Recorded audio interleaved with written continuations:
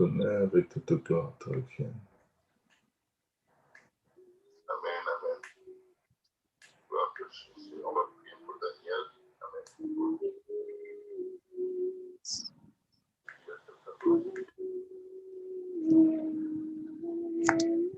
Alléluia. Gloire au nom de Jésus. Alléluia. Je ne sais pas si le frère Boaz est connecté ce soir. Je m'attendais à ce qu'il nous dirige dans la louange. Frère Moria, je ne sais pas si ça va de ton côté. Alléluia, nous allons commencer. Donc, alléluia, merci Seigneur Jésus. Que tout honneur et toute gloire te reviennent. Nous allons prier et nous allons donc aller dans la parole de Dieu. Je n'ai pas de retour de l'autre côté. J'espère qu'on m'entend bien. Alléluia, gloire au nom de Jésus. Donc, je remercie encore tout le monde pour vos prières, pour que je revienne vite.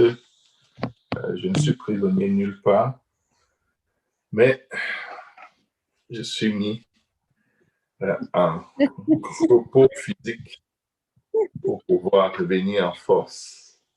Amen. Alléluia, Dieu est au contrôle. Alléluia. Donc, merci Seigneur Jésus, nous te bénissons, nous te rendons grâce pour ta parole, pour la vie abondante que tu nous donnes en toi. Nous avons tout, Seigneur Jésus, nous sommes heureux, nous sommes plus que heureux, Seigneur. Que tout honneur, que toute gloire te revienne parce que tu nous aimes et jamais tu ne nous laisseras, jamais tu ne nous abandonneras. Nous te prions, Père éternel, dans le nom de Jésus, de prendre le contrôle de ce service. Maintenant, Seigneur Jésus, visite-nous, parle-nous, touche-nous, transforme-nous, Seigneur Jésus, par ta miséricorde et ta grâce. Et permet, éternel, que la parole que nous allons recevoir aujourd'hui porte des fruits dans nos vies et que ces fruits demeurent jusqu'à la vie éternelle. Et quelqu'un dit au nom de Jésus. Au nom de Jésus. Amen, amen, amen. Gloire au nom de Jésus. Alléluia. Béni soit le nom du Seigneur. Nous avons eu une soirée assez particulière l'autre jour avec la réunion des jeunes. Alléluia, j'ai eu beaucoup de retours, de très bons retours et je bénis le Seigneur pour cela. Alléluia, honnêtement, après avoir enseigné, j'ai réécouté le message à peu près 3 fois, partiellement, et j'étais très choqué, mais c'était un bon choc. J'étais vraiment surpris de tout ce qui sortait de la parole du Seigneur. Et j'ai réalisé combien souvent les problèmes qu'on considère comme étant les plus gros sont les plus petits. Comme par exemple, juste le fait de prendre une bonne douche le matin peut changer ta journée et te donner plus de tonus pour te dégager de ce qui n'est pas agréable à Dieu pour faire la volonté de Dieu. Et c'est quelque chose qu'en mettant en pratique, on voit que non, c'est réel, ce n'est peut-être pas la chose la plus spirituelle à entendre, mais c'est vraiment réel. Être propre a une très grosse influence sur la manière dont nous allons passer nos journées. Mais ce n'est pas de ça que je veux parler aujourd'hui. Aujourd'hui, le Seigneur m'a vraiment mis à cœur de parler très brièvement. Je vais être conscient du temps. JPNL commence à 19h, juste pour que tout le monde sache. 19h avec la prière, 19h30 avec l'adoration et plus tard la parole de Dieu interviendra et pour parler, je crois, aux jeunes et aux jeunes qui veulent se fiancer ou qui sont fiancés. Bref, je n'ai pas toutes les informations, mais je crois que ce sera une très belle réunion. Donc, j'encourage tous ceux qui ont eu la nouvelle de se connecter. Alléluia, nous avons une assemblée merveilleuse, bien équipée pour préparer les gens à toutes sortes de situations de vie. Donc, n'hésitez pas à vous connecter juste après notre réunion pour être béni par le partage qui aura lieu dans la réunion JPNL tout de suite après. Amen. Je sais que beaucoup sont surpris qu'on commence si tôt. mais c'est justement pour pouvoir laisser la place au service des jeunes et ne pas être partagé. Gloire au nom de Jésus. Donc aujourd'hui, le Seigneur m'a mis à cœur de parler d'une chose, je pourrais dire assez simple. Et si je vais donner un titre à l'exhortation d'aujourd'hui, c'est jusqu'au jour du mariage, montre-toi digne. Amen. Ou alors, jusqu'au jour des noces, qualifie-toi, travaille à te qualifier. Amen. Je veux rappeler à quelqu'un que nous sommes fiancés au Seigneur. Nous ne sommes pas encore mariés. Amen. Jusqu'à ce que tu te maries, jusqu'à ce que les noces soient consommées, tu n'es pas marié. Amen. Tu as peut-être été promis, repromis, validé. Les beaux-parents te connaissent. Les petits frères, les petites sœurs t'appellent tata ou tonton. Tu n'es pas marié. Alléluia. Et jusqu'à ce jour-là, il faut te montrer digne. Amen. La Bible dit dans Ésaïe 62, verset 5, écoutez bien, Ésaïe 62, verset 5, comme un jeune homme s'unit à une vierge, ainsi tes fils s'uniront à toi. Et comme la fiancée fait la joie de son fiancé, ainsi tu feras la joie de ton Dieu.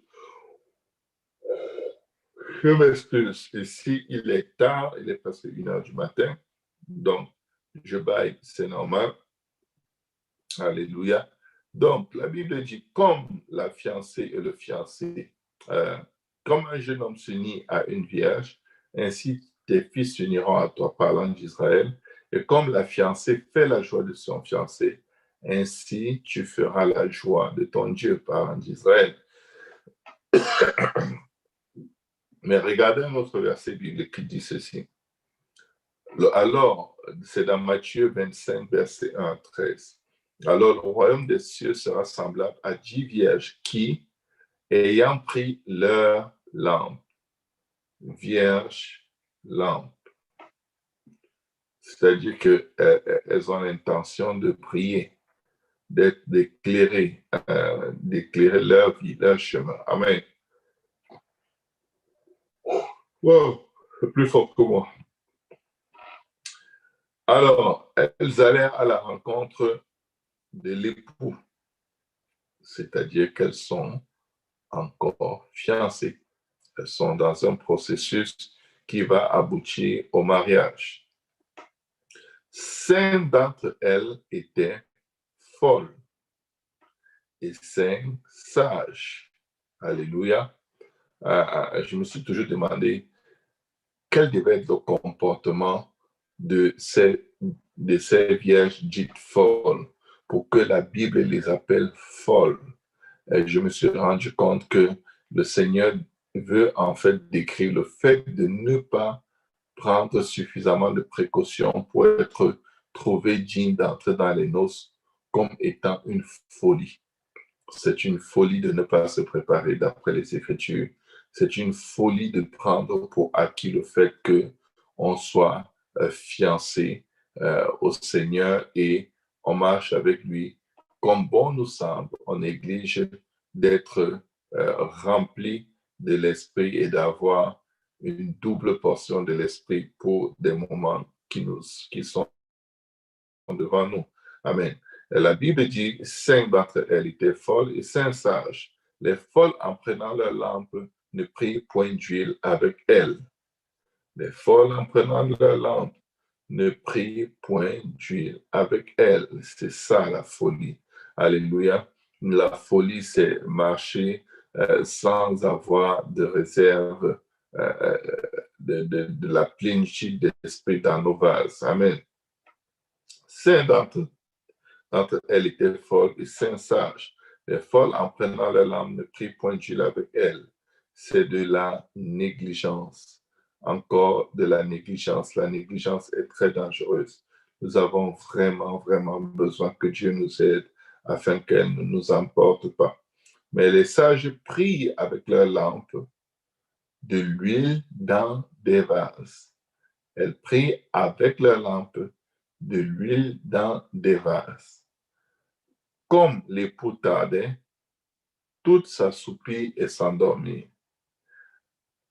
Au milieu de la nuit, on cria, « Voici l'époux, allez à sa rencontre. » Alors toutes ces vierges se réveillèrent et préparèrent leurs lampes. Les folles dirent aux sages, « Donnez-nous de votre huile, car nos lampes s'éteignent. » Les sages répondirent, « Non, il n'y en aurait pas assez pour nous et pour vous. Allez plutôt chez ceux qui en vendent et achetez-en. » Amen. Euh, Regardez, il y a de ces choses qu'on peut partager, mais tu ne peux pas partager ton onction. Tu ne peux pas partager ton esprit de persévérance. Tu ne peux pas partager ton attitude de t'encourager toi-même dans le Seigneur. Il y a de ces eaux qu'on va te donner. On te donne de l'eau de source, on te donne de l'eau qui vient à gauche, à droite. Mais il n'y a aucune eau qui est semblable à l'eau que tu es allé chercher toi-même. Il faut prendre conscience du fait que le chemin vers lequel nous allons nécessite une préparation. Malheureusement, le standard chrétien aujourd'hui est vraiment ce que nous voyons lors des fiançailles. Les gens prennent les choses essentielles de leur futur mariage à la légère. Les gens prennent beaucoup de choses à la légère. Les mauvais caractères sont pris à la légère. Les injustices sont prises à la légère. On a tellement envie de se marier qu'on se met un voile sur le visage pour ne pas voir les choses que Dieu permet de manifester à nos yeux pendant que nous sommes encore fiancés. Dieu te permet de voir que ton futur partenaire est peut-être jaloux ou jalouse, est peut-être quelqu'un qui est porté par la colère, porté par un autoritarisme diabolique. Le Seigneur, pendant la période de fiançailles, va te dire toute la vérité sur la personne. Mais regardez le malheur des fiançailles.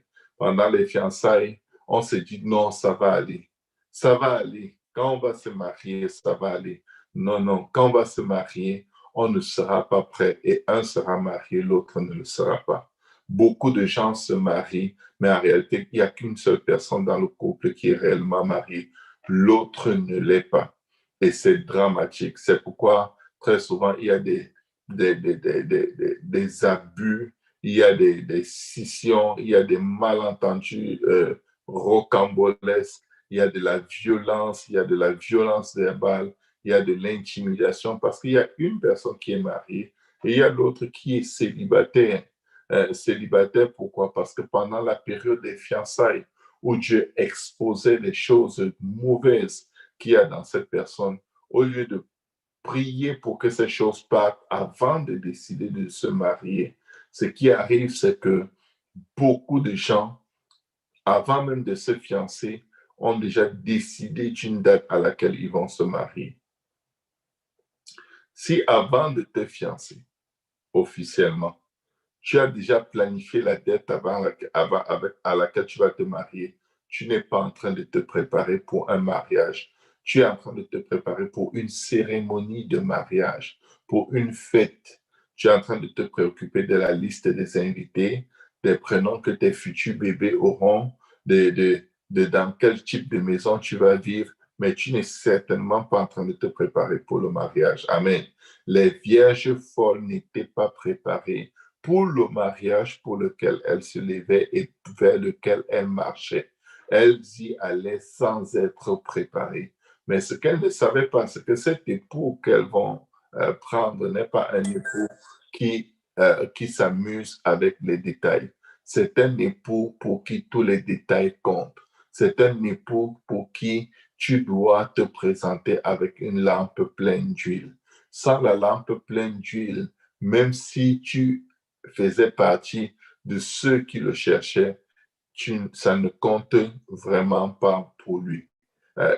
c'est tragique, c'est dramatique de voir comment cette histoire s'est terminée. Parce que quand les folles sont allées chercher de l'huile, malheureusement, entre-temps, on a annoncé, l'époux est venu et il est allé avec celle qui s'était préparée dans les moindres détails pour que ce mariage ait lieu de la bonne façon. Et quand les folles sont revenues de leur quête d'huile et ont frappé et demandé qu'on les ouvre, l'époux a dit, je ne vous connais pas. Mes frères, mes sœurs, nous voyons beaucoup ça de nos jours. Nous voyons les pires des fiançailles. Pendant les fiançailles, on cache les problèmes. Pendant les fiançailles, ceux qu'on a même choisis pour nous parrainer, pour nous encadrer, on ne leur dit pas toutes les vérités, de peur qu'ils nous disent, oh non, là, vous devez attendre. Mais pendant les fiançailles, on a plus d'hormones en feu que toute autre chose. On veut ce mariage à tout prix. On veut cette journée où on va juste dire oui. Et beaucoup se disent, OK, le reste, on verra après. Non, non, non, il n'y aura même pas d'après parce que ce que vous êtes en train de former, que vous appelez mariage, sans vraiment avoir travaillé sur les racines, sur les profondeurs, sur les choses que Dieu expose, afin que vous puissiez renverser ces géants avant d'entrer dans votre terre promise. Vous refusez de renverser les géants. Vous refusez de renverser les Essiens, les Phérésiens, les Guégassiens, tous les iens que Dieu va vous révéler, les iens de la jalousie, les iens de l'envie, les iens du contrôle, les iens de caractère à voler ta vie, les iens des critiques, les iens des mensonges, les iens de manipulation, les iens des pleurs quand on dit la vérité. On passe dessus. On se dit non, ça va aller.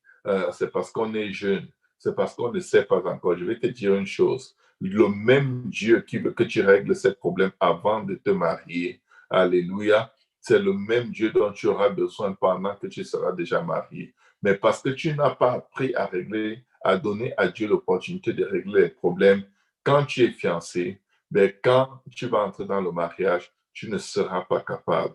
Tu ne seras pas capable. Alléluia. Pour qu'il y ait un bon mariage, pour qu'il y ait un mariage équilibré, parfait, selon les plans de Dieu, il faudrait, écouter bien, il faudrait écouter bien, il faudrait que l'un et l'autre soient prêts à tout faire pour changer leur caractère, changer leur comportement, parce qu'ils tiennent tellement à l'autre qu'ils ont peur de perdre l'autre. De nos jours, certains se retrouvent à quelques mois, quelques semaines de leur mariage, étant tellement dégoûtés l'un de l'autre qu'ils se haïssent l'un et l'autre. Ils ont de la haine, de l'aversion l'un pour l'autre. Mais là, ils n'arrivent pas à annuler parce qu'ils se disent, oh, qu'est-ce que les gens qu'on a invités vont dire? Qu'est-ce que nos familles vont dire? Rendu où on est, il vaudrait mieux seulement avancer et si ça marche, ça marche. Si ça ne marche pas, ça ne marche pas. Ça, c'est vraiment de n'importe quoi. Ça, c'est vraiment marcher avec des lampes éteintes. Parce que quand on est à cet endroit, on est sans lumière. Il y a quelqu'un qui broie des ténèbres dans la relation, ou les deux broient les ténèbres. Ils ont peur d'appeler la lumière d'une direction de la parole de Dieu par les personnes spirituellement avisées pour vous dire, regardez, vous devez corriger telle chose et telle chose. Non, on cache. Non, on ne dit pas. On fait semblant. Ça va aller. Ça va aller. Ça ne va pas aller parce que vous n'êtes pas en train de bien aller. Si tu marches avec, je ne sais pas quoi je peux dire, quel exemple je peux trouver sans choquer quelqu'un. Si tu marches, je vais le dire, si tu marches avec les mêmes vêtements que tu portes depuis 3, 4 jours sans te laver, ça ne va pas aller, ça va sentir. Allô? Partout où tu vas aller, ces vêtements vont sentir. Surtout si c'est en été à Montréal, là où on atteint les 40 degrés et plus. Tes vêtements vont sentir. Si un chien te poursuit, tu cours et tu commences à transpirer fort. tu vas sentir. Mais si tu t'étais nettoyé, si tu avais pris le temps de mettre des vêtements frais sur un corps fraîchement nettoyé, même si tu transpires, tu seras moins intoxicant que tu ne l'es quand tu n'as pas fait ce qu'il fallait faire. Amen. Je me retrouve toujours en train de parler du nettoyage, du lavage. C'est ce que les gens ne font pas dans les périodes de préparation vers le mariage. On est en train de tout tourne autour de on va inviter combien de personnes et un dit invitons seulement les personnes les plus intimes. L'autre dit oh non, je dois inviter tous les JPNL. Mais qu'est-ce qui se passe? Ce n'est pas comme ça que j'imaginais mon mariage. Je veux que le monde entier soit là. Je veux que le monde entier soit là. Je veux que les gens mangent beaucoup. Ce n'est pas ça le mariage. Ce n'est pas comme ça qu'on prépare un mariage.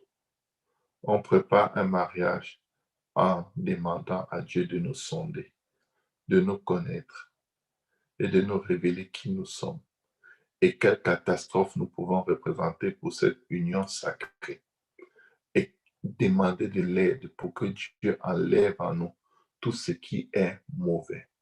Voici 10 vierges.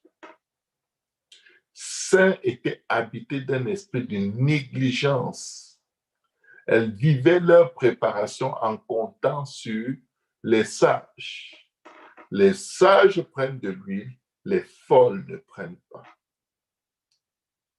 Les fiancées sages prennent conseil. Elles lisent sur le mariage. Elles s'éduquent, elles prient, elles jeûnent pour être à la hauteur. Les autres ne le font pas. Elles ne le font pas. Elles se disent, ah, Dieu est au contrôle. Dieu au contrôle. L'Éternel va faire. Il va faire quoi? Il va faire quoi? Il va faire quoi? Dieu veut faire. Dieu a l'intention de faire des grandes choses. Mais Dieu ne peut pas faire pour toi ce que tu ne veux pas qu'il fasse pour toi. Jésus s'est retrouvé dans des contrées de sa vie, de son pays natal, où il n'a pas pu faire des miracles à cause de l'incrédulité. Je viens de dire à quelqu'un, il y a des miracles qui doivent être faits dans nos vies. Nous avons besoin du miracle de préparer nos vases pleins d'huile. Malheureusement, la Bible dit que dans la fin des temps, l'amour de beaucoup se refroidira. S'il y a une activité dont la Bible parle qui va être présente sur la face de la terre, peu importe les pandémies, peu importe les catastrophes naturelles, il y a des business ou des activités qui auront toujours lieu jusqu'à ce que le Seigneur revienne. Il n'y a aucune crise économique qui peut les stopper. Les hommes se marieront et marieront leurs enfants. Ça vous parle de quoi? De l'événementiel. Il y aura toujours les fêtes de mariage tant que l'homme vit. Peu importe les problèmes économiques et sociaux, il y aura toujours des gens en train de se marier. Et la Bible nous fait savoir que jusqu'au retour du Seigneur, ce sera l'attitude des hommes. Préparer la fête, mais ne pas préparer les cœurs pour cette union sacrée. Comme un jeune s'unit à une vierge, ainsi tes fils s'uniront à toi. Et comme la fiancée fait la joie de son fiancé, ainsi tu feras la joie de ton Dieu. Vous savez, mes frères, mes sœurs, les 10 vierges allaient vers les noces pour faire la joie de l'époux. Et le seul moyen de faire la joie de l'époux, c'était de venir avec des lampes allumées. Ça ouvrait les portes du royaume afin que l'époux rentre. La Bible dit que votre lumière brille donc devant les hommes, afin qu'ils voient et qu'ils glorifient votre Père qui est dans les cieux. Pour paraphraser, est-ce que ta lumière brille dans ton processus de préparation au mariage? Ou est-ce que c'est les œuvres de la chair, les menaces d'abandonner, les menaces de ci ou de ça qui dominent ton langage, qui dominent tout ce que tu es en train de faire? Qui es-tu réellement avant de prendre cet engagement? Si ces 5 vierges folles avaient pris le temps de s'interroger sur qui elles sont, Dieu leur aurait dit, vous êtes des négligentes qui avez vraiment besoin de corriger votre affaire, de marcher sans vase d'huile. Allez travailler là-dessus, préparez l'huile maintenant, parce que le temps viendra où on ne pourra plus se préparer. Il faudra faire avec ce qu'on a. Je viens de dire à quelqu'un, travaille maintenant à ton salut avec crainte et tremblement, parce que le temps du nouvel ordre mondial est en train d'arriver à très haute vitesse. Il y aura un temps où si tu n'avais pas appris à prier, à entendre distinctement la voix du Seigneur et le suivre, tu auras beaucoup de mal. Beaucoup de mal à vivre pour Dieu. En réalité, tout ce qu'on néglige maintenant va peut-être nous coûter très cher plus tard, à moins que Dieu fasse un miracle de délivrance. Tout ce qu'on néglige maintenant qui est important nous attend au tournant de la vie pour nous dire, pour nous enseigner une phrase. J'aurais dû. Aujourd'hui, quand nous lisons l'histoire des 10 vierges, nous voyons les 5 vierges en position de j'aurais dû. J'aurais dû. Il ne faut pas attendre que ça se passe mal pour dire j'aurais dû. Il faut demander à Dieu maintenant, qu'est-ce qui me manque? Qu'est-ce que je dois faire maintenant? Est-ce que je suis prêt? Est-ce que tu peux parler à mon cœur? Est-ce que tu peux me diriger vers des pâturages, vers des eaux paisibles? Amen. La mauvaise attitude qui nous entoure maintenant est celle trouvée dans Ésaïe 4, verset 1 à 2. Ésaïe 4, verset 1 à 2, la Bible dit, « Et cette femme saisiront en ce jour un seul homme et diront, nous mangerons notre pain et nous nous vêtirons de nos habits. Fais-nous seulement porter ton nom. Fais-nous seulement porter ton nom. » C'est malheureusement une vérité. Beaucoup de gens viennent après Dieu juste pour ne pas aller en enfer, juste pour être recouverts du sang de Jésus. Et après, ils ne veulent pas être transformés. Ces vierges, ces 10 étaient vierges. Elles étaient vierges. Mais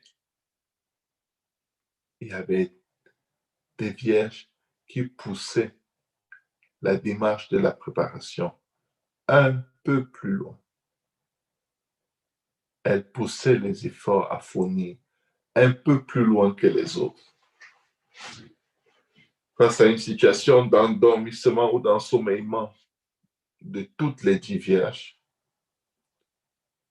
5 s'étaient préparées pour toutes les éventualités et les autres, certainement, n'avaient rien à cirer à se préparer pour quoi que ce soit. Et regardez, et cette femme, Ésaïe 4, verset 1 à 2, et cette femme saisiront en ce jour un seul homme et diront, nous mangerons notre pain. Ça là, c'est pour dire, je n'attends rien de toi.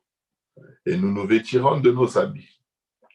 Je vais me revêtir de mon propre style de revêtement, de mon propre standard de sainteté. Mais fais-nous seulement porter ton nom. De plus en plus de gens viennent même se faire baptiser au nom de Jésus sans la repentance du tout. Sans aucune forme de repentance. Vous savez, la Bible dit que sans la repentance, il n'y a pas de pardon de péché. Fais-nous seulement porter ton nom. Enlève notre opprobre. Tu cours après Dieu juste pour qu'il efface ton péché. Mais tu refuses le pain de vie. Tu dis à Dieu, je vais manger moi-même mon propre pain. Tu refuses de te préparer pour le long chemin qu'il y a entre toi et la rencontre de ton Père. Ton Père qui est au ciel. Et ce jour-là, il dira, éloignez-vous de moi, je ne vous ai point connu. Et ça va être un choc, un très grand choc. Enlève notre corps. En ce temps-là, le germe de l'Éternel aura de la magnificence et de la gloire.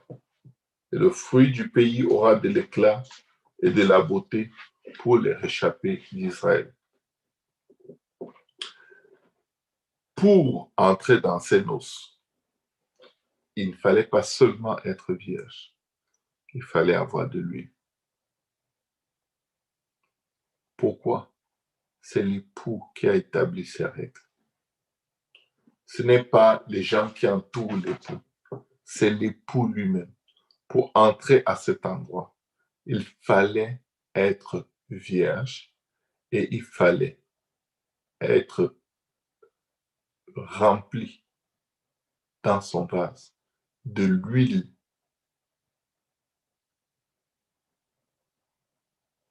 Tout caractère qu'on ne corrige pas avant le mariage peut faire du mariage un enfer sur terre.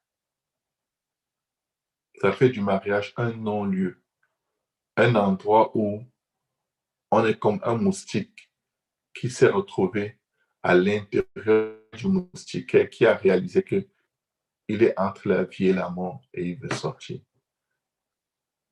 Avant le mariage, on ne se prépare pas à tout supporter parce qu'on a idéalisé la personne qu'on a épousée sur le simple fait que c'est quand même un enfant de Dieu. Ça ne peut pas marcher comme ça. Ça ne peut pas. Nous devons nous remplir d'huile. Nous devons être complètement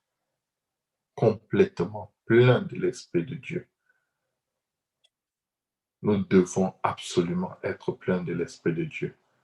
Si nous ne sommes pas remplis de l'Esprit de Dieu, nous ne sommes pas prêts pour les noces auxquelles nous aspirons tant.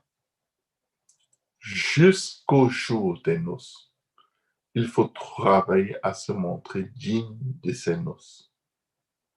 C'est notre part de responsabilité de nous sanctifier et de crier à Dieu afin qu'il nous apporte de l'aide au milieu de nos faiblesses. Dieu le fait avec beaucoup de plaisir. Dieu le fait avec beaucoup de plaisir. Alléluia.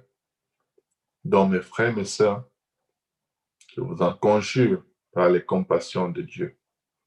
Faisons mieux. Travaillons tous les jours à être agréables à Dieu. Ça n'arrivera pas qu'en un seul jour, on réussisse à lui plaire parce qu'on a entendu Jésus revient, la trompette a sonné. Non, ce n'est pas une préparation de dernière minute. C'est une préparation de tous les jours en attendant que ce jour arrive. Que le Seigneur Jésus vous bénisse. Nous devons nous repentir tous les jours. Pour ceux qui ne le sont pas, vous devez être baptisés et lavés de vos péchés au nom de Jésus-Christ. La Bible dit que vous recevrez le don du Saint-Esprit. Ceci vous met en alliance avec l'époux. L'alliance qui permettra qu'il se souvienne de vous parce que le sang de Jésus sera présent sur vos corps, vos âmes, vos esprits. Jusqu'au jour des noces, travaillons à nous qualifier, pas à nous sauver. Nous ne pouvons pas nous sauver, nous sommes sauvés par la grâce au moyen de la foi. Mais travaillons à être trouvés dignes d'un si grand salut. Travaillons afin que Dieu n'ait pas honte d'être appelé notre Père. Sanctifions-nous. Donnons-nous encore plus. Crions à l'aide au milieu de nos chutes, au milieu de nos défaillances. Ne nous taisons pas, mais crions jusqu'à ce que Dieu nous rétablisse. jusqu'à ce que Dieu nous relève, parce que nous lui appartenons. Avant ou jusqu'au jour des noces, tu n'es pas marié et ton mariage peut ne jamais avoir lieu. Jusqu'au jour des noces, tu n'es pas marié et ton caractère peut faire détruire ton mariage. Que Dieu vous bénisse. Je vais prier et on va terminer. Je encourage tout le monde à assister à la session de JPNL et de permettre à Dieu de vous bénir, de nous bénir tous. Amen. Éternel des amis, nous avons besoin de toi. Nous avons tellement besoin de toi, Jésus. Seigneur, nous te bénissons parce que ta parole est vérité et vie. Oh Dieu,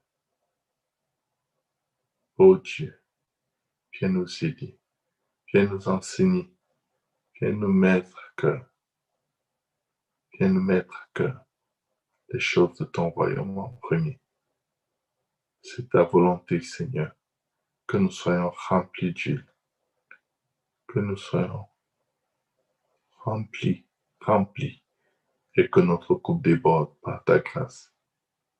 Au nom de Jésus, au nom de Jésus, au nom de Jésus, au nom de Jésus. Oh Jésus, merci. Merci, Prince de paix et de gloire. Couvre mes frères et mes sœurs dans ton précieux sang et permets, Éternel, que ta parole porte des fruits dans nos vies et que ces fruits demeurent jusqu'à la vie éternelle. Au nom de Jésus. Bonne session de jeûne. Que le Seigneur Jésus vous bénisse et nous nous retrouvons bientôt pour une autre session de partage de la parole de Dieu. Soyez bénis, préparez bien vos noces naturelles et spirituelles, parce que jusqu'à ce qu'on soit marié, tant qu'on est fiancé, on n'est pas encore marié. Et le mariage peut toujours ne jamais avoir lieu, comme le cas des saintes vierges folles. Soyez bénis et à bientôt.